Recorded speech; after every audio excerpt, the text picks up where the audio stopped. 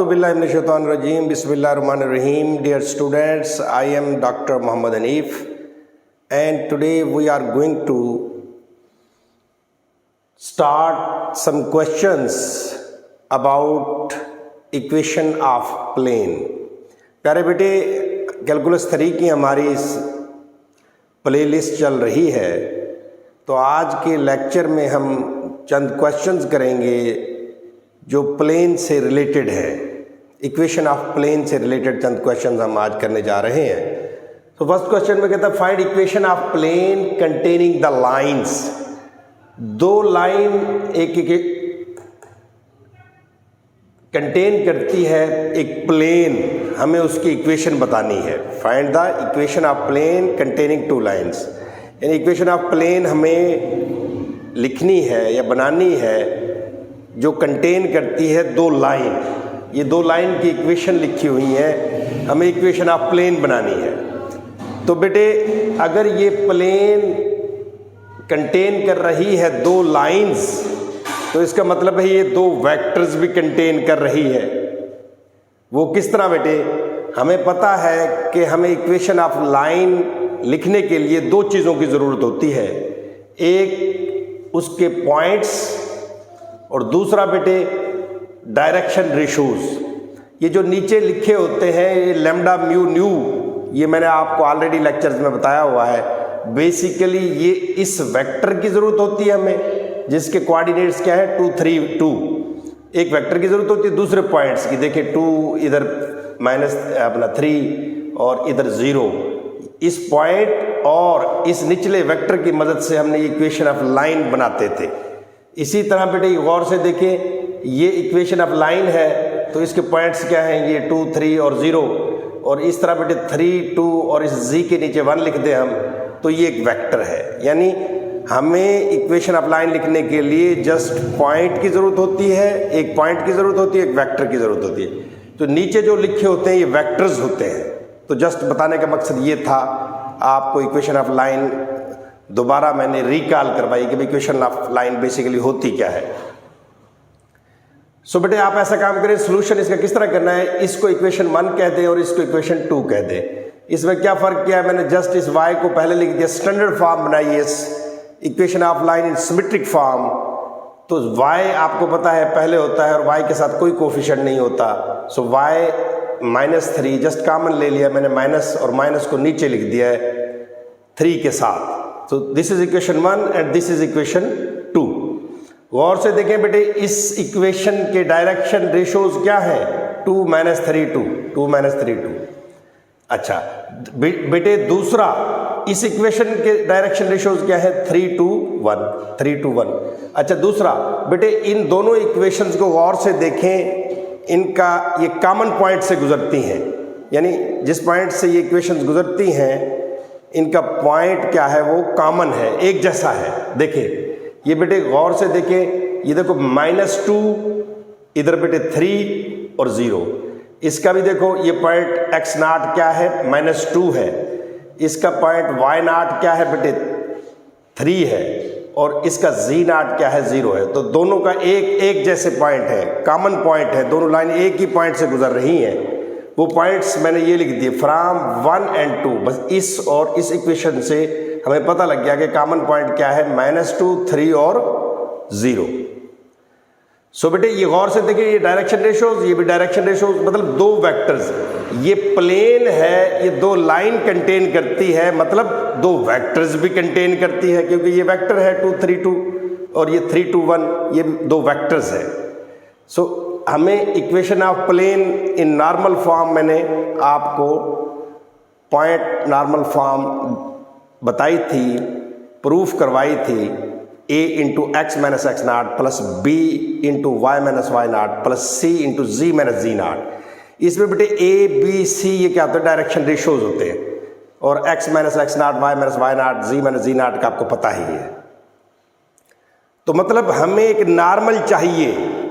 वो नॉर्मल हम कैसे फाइंड करेंगे? ये दो लाइन है, इसका मतलब प्लेन ये दो वेक्टर्स कंटेन कर दिए। अगर कोई भी प्लेन दो वेक्टर्स कंटेन कर रही हो, तो हमने एफएससी में पढ़ा है, आपने फिजिक्स में अच्छे तरीके से, मैंने भी पढ़ाया आपको पीछे कि दो वेक्टर्स एक प्लेन पे हों, उनका हम क्रॉस प्रोडक्ट लें तो हमें नॉर्मल वेक्टर हासिल हो जाता है। Let's suppose this is vector A, this is vector B. जब इसका क्रॉस प्रोडक्ट लूंगा तो मुझे इनका रिजल्टेंट वेक्टर मिल जाएगा और वो परपेंडिकुलर होगा इस प्लेन के। I hope you guys understand. So अगर हमारे पास ये दो वेक्टर्स मौजूद हैं तो हम इनका नॉर्मल फाइंड कर सकते हैं after taking their cross product. इन दोनों का क्रॉस प्रोडक्ट लेंगे तो हमें नॉर्मल मिल जाएगा बेटे। सो वेक्टर कौन से बेटे? Vector perpendicular to both 1 and 2। इन दोनों वेक्टर्स के परपेंडिकुलर वेक्टर कौन सा वेक्टर होगा? वो वेक्टर होगा कि अगर इसका हम क्रॉस प्रोडक्ट ले लें, जो जवाब आएगा वो इसके भी परपेंडिकुलर होगा, इसके भी परपेंडिकुलर। ये बात हमने सीखी हुई है। ए वेक्टर क्रॉस बी वेक्टर, जवाब आता है सी वेक्टर और वो परपेंडिकुलर होता है। और ये दोनों के परपेंडिकुलर होता है, ए के भी और बी के भी, क्योंकि ए और बी एक ही प्लेन पर पड़े हैं और नॉर्मल इनके क्या है, ये उनका जवाब है। ए क्रॉस बी से जो जवाब आता है वो परपेंडिकुलर होता है। सो इसका मतलब है ये नॉर्मल, ये ऐसा वेक्टर है जो परपेंडिकुलर है ए के भी और बी के भी। तो वही ये कह रहा है vector perpendicular to both this and this कौन सा होगा? ये वेक्टर होगा। कैसे हासिल करेंगे हम इससे बेटे? आई जे के लिखें 2 - 3 2, 2 - 3 2 और 3 2 1। इसका क्रॉस प्रोडक्ट लेंगे तो जवाब आएगा हमारे पास -7i + 4j + 13k। सो बेटे ये जो -7, 4 और 13 हैं, ये बेटे बेसिकली डायरेक्शन रेशोज हैं। वो जो हम कहते थे a × x - x0, इसमें a, b और c है जो मेन फार्मूला में equation of plane point formula. तो उसमें ये बेटे a, b और c है direction ratios of the normal. यानी ये नॉर्मल हमें हासिल हो गया बेटे। इसके डायरेक्शन रेशोज क्या होंगे? -7, 4 और 13। Since required plane passes through, जो नई प्लेन है, जो बेटे ये प्लेन है, ये पासिस थ्रू कहाँ से पास कर रही है? हमने पॉइंट वो ऑलरेडी ले लिया था, देखो कॉमन पॉइंट था जो -2 3 0। So since required plane passes through -2 3 0, so हम मेन फार्मूला में पुट कर देंगे। वो फार्मूला क्या था बेटे? a × x - x0 + b × y - y0 + c × z - z0 = 0।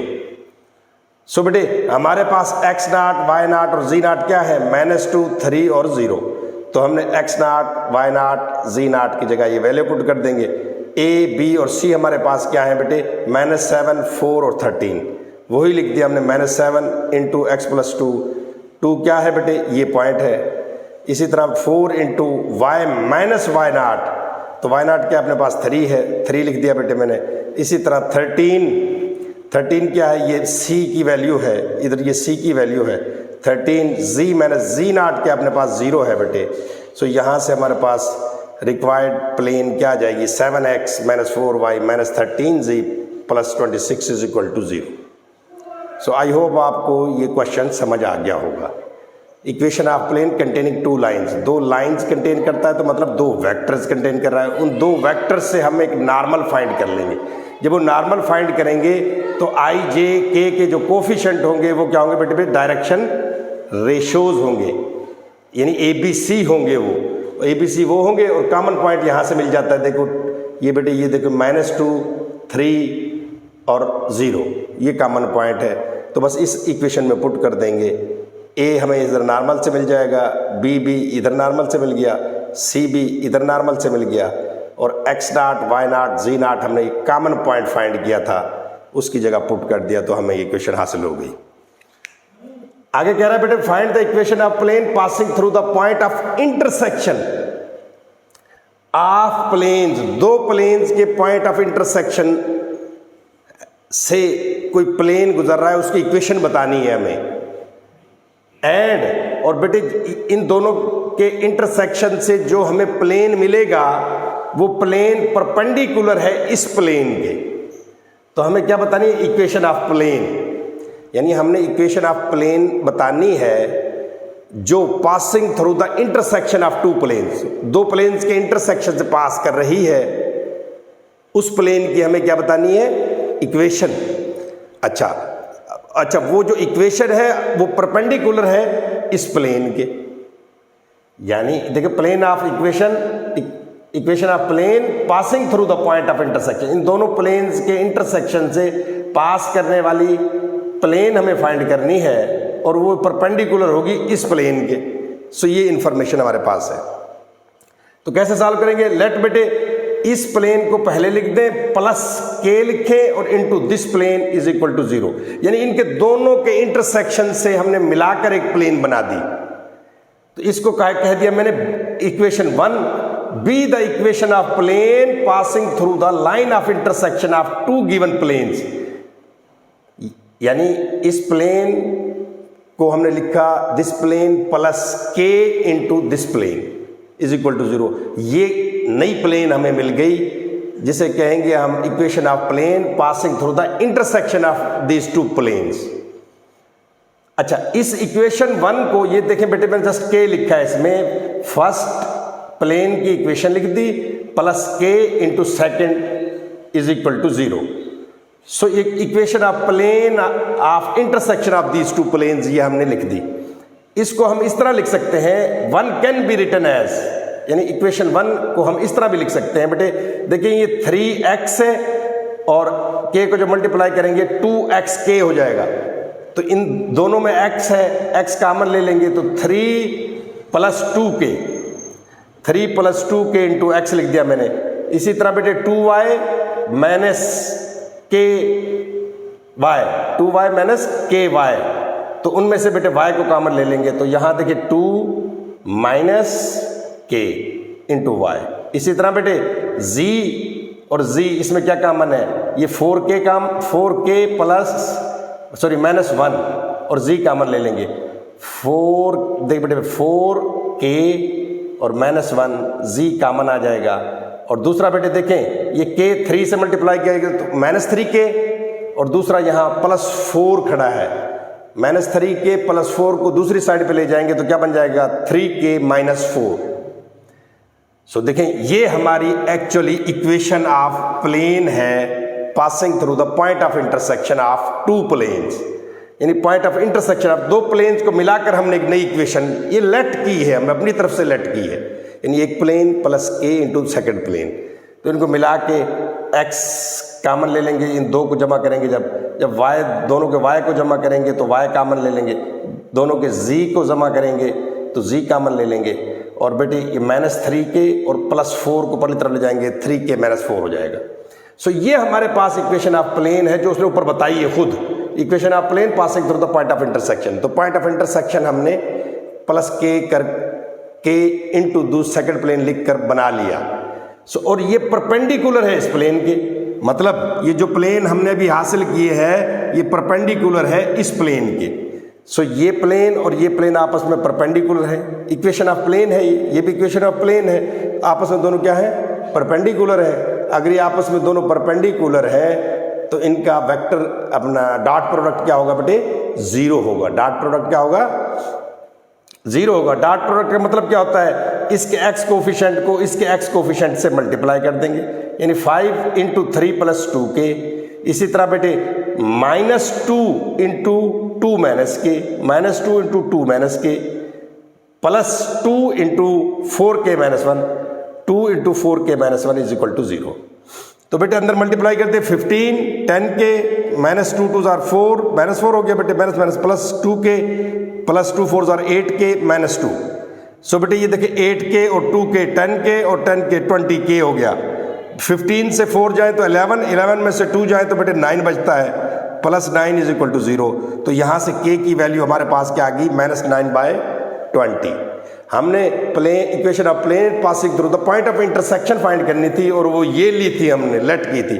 यहाँ जस्ट k की इस वैल्यू को पुट कर देंगे -9/20 को, तो हमें ये इक्वेशन ऑफ प्लेन हासिल हो जाएगी which is passing through the point of intersection of two planes. Means हम क्या करेंगे 3x plus 2y minus z plus 4 plus k की जगह क्या लिख देंगे बेटे -9/20 इंटू बेटे 2x minus y plus 4z minus 3 is equal to 0। सो प्यारे बेटे यहाँ इस 20 को हम खत्म कर देंगे, इस सारी इक्वेशन को 20 से मल्टीप्लाई कर देंगे। सो ये 23 आर 60x, 22 आर 40y और 20z हो गया, प्लस बेटे 24 आर 80 हो गया, और यहाँ बेटे जब 20 से मल्टीप्लाई कर देंगे 20 से 20 कैंसिल हो जाएगा तो -9 बचेगा। -9 2s are -18x, फिर बेटे -9 और -y को मल्टीप्लाई करेंगे तो +9y हो जाएगा। इसी तरह -9 को 4z से करेंगे तो -36z हो जाएगा। इसी तरह बेटे minus plus 3 9s are 27 which is equal to 0। यहाँ जमा कर लें बेटे 60x में से 18x जाए तो 42x बचता है। इसी तरह बेटे 40y प्लस 9y 49y। इसी तरह बेटे -20z और बेटे -36z, ये -56z हो जाएंगे बेटे। और बेटे 80 और 27 107 equal to 0। This is equation of plane passing through point of intersection of two planes, also it is a perpendicular to that plane. तो हमने इसमें क्या किया बेटे, हमने इक्वेशन ऑफ प्लेन फाइंड की जो दो प्लेन्स के इंटरसेक्शन से गुजर रही है, passing through the point of intersection of two planes. एक प्लेन प्लस के इंटू दूसरा प्लेन इज इक्वल टू 0 लिख देंगे। यहाँ से एक्स वाई जी उनके कोफिशिएंट निकल आएंगे और ये जो नया प्लेन है ये परपेंडिकुलर है इस प्लेन के, तो डॉट प्रोडक्ट लेंगे। जब डॉट प्रोडक्ट लेंगे तो वहाँ से हमें के की वैल्यू मिल जाएगी और के की वैल्यू यहाँ पुट करेंगे तो हमें equation of plane passing through point of intersection of two planes हासिल हो जाएगी। I hope you guys understand. जी प्यारे बेटे, इक्वेशन ऑफ प्लेन से रिलेटेड हमारे क्वेश्चन चल रहे थे। तो ये क्वेश्चन है find the equation of plane passing through the point 2 - 3 1 and containing the line. हमने इक्वेशन ऑफ प्लेन एक फाइंड करनी है जो एक पॉइंट से पास कर रही है और एक लाइन भी कंटेन करती है, यानी उस इक्वेशन ऑफ प्लेन, ये जो हम फाइंड करने जा रहे हैं इक्वेशन ऑफ प्लेन, वो इस लाइन को कंटेन करती है। ये बहुत इंपॉर्टेंट पॉइंट है, इसे आपने जहन में रखना है। अब ये इक्वेशन ऑफ प्लेन कंटेन किस लाइन को कंटेन कर रही है? इस लाइन को। इस लाइन को बेटे आप सिमेट्रिक फॉर्म में लिख रहे हैं। सोल्यूशन में हम क्या करेंगे, symmetric form of this x - 3/1, इस 2 को बेटे हमें ख़त्म करना है क्योंकि स्टैंडर्ड फॉर्म जो सिमेट्रिक फॉर्म होती है इक्वेशन ऑफ लाइन की, उसमें y के साथ कुछ नहीं लिखा होता। तो इस 2 को डिनोमिनेटर में ले जाएंगे तो 1/2 हो जाएगा। इसी तरह बेटे यहाँ से 3 कॉमन ले लेंगे तो z - 1/3 हो जाएगा और ये 3 डिनोमिनेटर में जाके 1/3 हो जाएगा। अब ये फ्रैक्शन अच्छी नहीं लगती तो हम 6 से मल्टीप्लाई कर देंगे सारे इक्वेशन को, तो यहाँ 6 आ जाएगा, 2 3s are 6, यहाँ 3 आ जाएगा, 3 2s are 6, यहाँ 2 आ जाएगा। सो प्यारे बेटे, अब ये लाइन है और जो हम इक्वेशन ऑफ प्लेन फाइंड करने जा रहे हैं वो कंटेन करती है इस लाइन को। तो equation of plane containing the line 1, तो वो क्या होगी, a असूलन तो क्या होती थी हमारे पास, a into x - x0, b into y - y0, c into z - z0। Equation of plane point form हमने जो डिराइव की थी वो जनरल फॉर्म ये होती है, लेकिन ये जो इक्वेशन ऑफ प्लेन हम लिखने जा रहे हैं वो इस लाइन को कंटेन करती है। तो a के बाद हम क्या लिखेंगे, x - 3, b के बाद क्या लिखेंगे, y - 0, c के बाद क्या लिखेंगे बेटे, z - 1/3। यानी ये वो प्लेन की इक्वेशन है, ये वो प्लेन की इक्वेशन है जो इस लाइन को कंटेन कर रही है। और गौर से देखें, इधर से लिख सकते हैं हम 6a + 3b + 2c is equal to 0। ये अंडरस्टूड सी बात है कि हम ये जो इसके डायरेक्शन रेशोज हैं इनका लीनियर कम्बिनेशन हम लिख सकते हैं, यानी 6a + 3b + 2c is equal to 0। तो इसको इक्वेशन 3 कहते हैं। बेसिकली हमें ये इक्वेशन फाइंड करनी थी, equation of plane containing the line. ये लाइन कंटेन कर रही है तो इक्वेशन ऑफ प्लेन हमने ये बना ली। अब हमारे पास a, b और c की वैल्यूज नहीं है, ये हमें फाइंड करनी है। तो एक इंफॉर्मेशन तो a, b, c की हमें यहां से हासिल हो गई, 6a + 3b + 2c is equal to 0। इसको इक्वेशन 3 कह दिया हमने बेटे ए बी सी फाइंड करनी है। तो इस इक्वेशन से तो जस्ट हम फाइंड नहीं कर सकते ए बी सी। सो क्या करें, हमें एक और इन्फॉर्मेशन पता है कि वो इक्वेशन ऑफ प्लेन कहाँ से पास कर रही है, 2-3 और 1 से। Since plane passing through 2-3 1, so by 2, so इस इक्वेशन 2 में हम पुट कर देंगे एक्स वाई जी की जगह क्या बेटे, 2-3 और z की जगह क्या लिख देंगे बेटे, 1। सो यहां से बेटे हमारे पास देखें -3 में से 2 जाए तो -a, इसी तरह -3b, और ये बेटे हो जाएगा 2/3c। इस सारी इक्वेशन को 3 से मल्टीप्लाई कर दें तो 3a + 9b - 2c = 0। सो ये हमें दो इक्वेशन हासिल हो गई, एक 3 तो इसी लाइन से हमें पता लग गई, और ये इक्वेशन हमने फाइंड कर ली इस प्लेन में x y z की जगह पुट करके। सो यहां से हमें ये दूसरी लाइन हासिल हो गई। इनको सॉल्व कर लें बेटे a b c की वैल्यू के लिए, वो आपको तरीका मैंने सिखाया हुआ है। आपने क्या करना है, 632 को एक दफ़ा लिखना है, फिर दूसरी दफ़ा लिख देना है 632।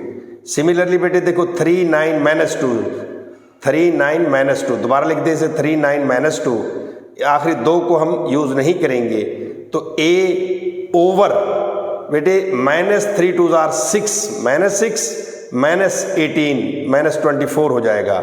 सिमिलरली b बेटे क्या होगा, 2 3 = 6, मैंने डायरेक्ट लिखा हुआ है बेटे, माइनस माइनस प्लस हो जाएगा, 6 2 = 12, तो बेटे 6 और 12 18 हो जाएंगे, इसके नीचे लिख देंगे हम।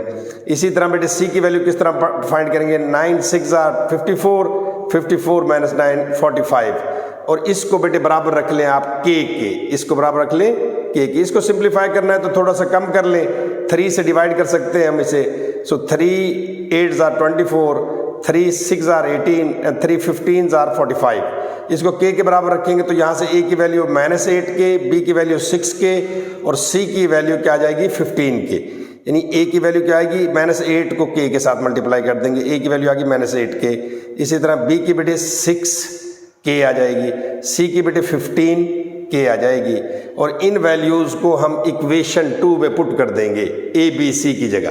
बेसिकली हम a b c फाइंड करने लगे थे, सो वो a b c की वैल्यूज़ हम पुट करेंगे तो यहाँ बेटे a की जगह हम क्या लिख देंगे -8k, और b की जगह क्या लिख देंगे बेटे 6k, और c की जगह क्या लिख देंगे बेटे 15k। बेटे अंदर मल्टीप्लाई कर दें इन्हें। अच्छा दूसरा ये देखिए k से k,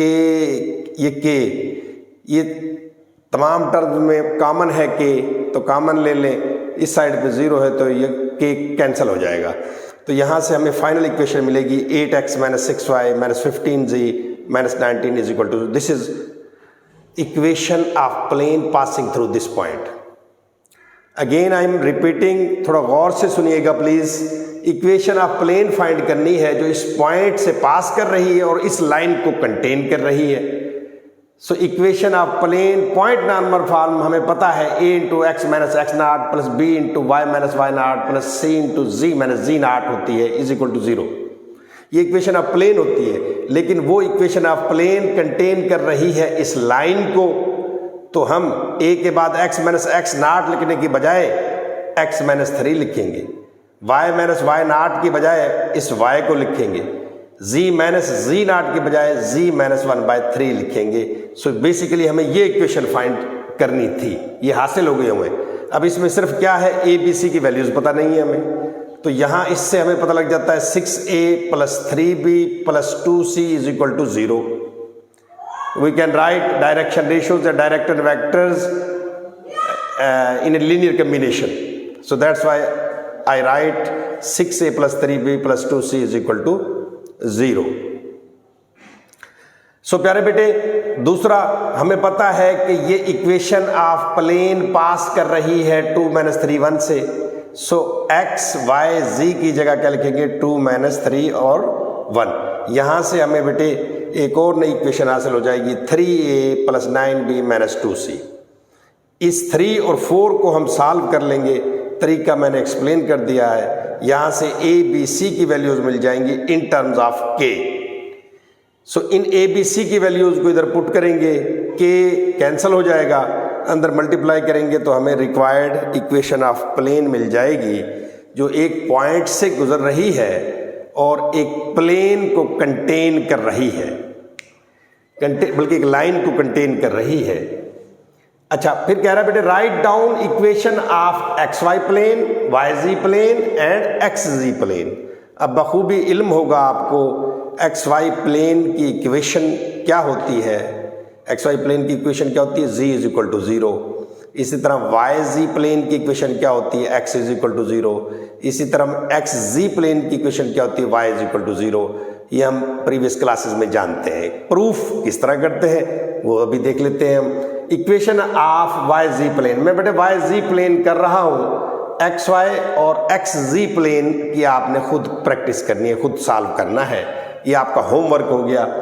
so equation of y z plane, y z, since y z plane passes through the origin, y z plane हमने कह दिया कि ओरिजिन से पास कर रहा है, ये एक्स वाई और जी हो गया। तो लेट्स सपोज ये मैंने लाइंस लगा दी वाई जी प्लेन पे, पासिस थ्रू 0 0 0। यहाँ ये ओरिजिन से पास करिए वाई जी प्लेन, बेटे वाई जी प्लेन ये एक डब्बा है, समझ लें ये एक प्लेन है और इसके एक्स परपेंडिकुलर है। So y z plane passes through 0 0 0 and has normal x axis. जाहिर है ये वाई जी प्लेन है तो इस पे नॉर्मल क्या होगा, एक्स एक्सिस। और एक्स एक्सिस के डायरेक्शन कोसाइंस आपको बहुत अच्छे तरीके से पता है, वही डायरेक्शन रेशियोज या डायरेक्शन कोसाइन एक्स एक्सिस के क्या होते हैं, 1 0 0।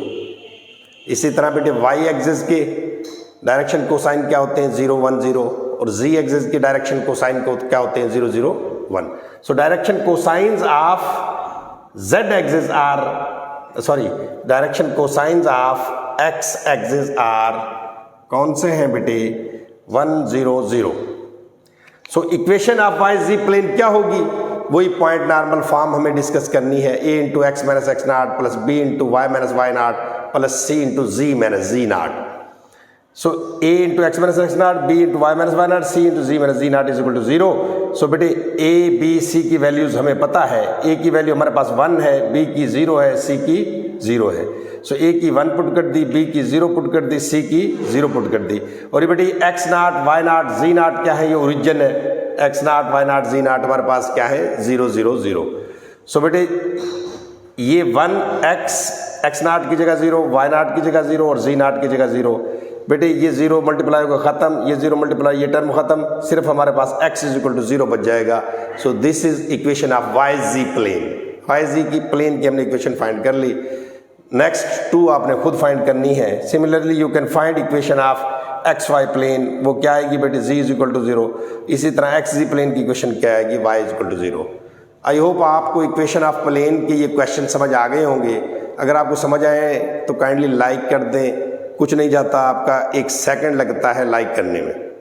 और सब्सक्राइब करें और ज़्यादा से ज़्यादा दोस्तों को शेयर करें। FSC के बच्चों को भी शेयर करें, फिज़िक्स के वहाँ मैं लेक्चर अपलोड कर रहा हूँ। इंशाल्लाह फ्यूचर में ये चैनल आपके बहुत काम आएगा और बहुत फ़ायदा देगा। खुश रहें, शाद रहें, आबाद रहें, मुस्कुराते रहें। डॉक्टर हनीफ को अल्लाह हाफ़िज़।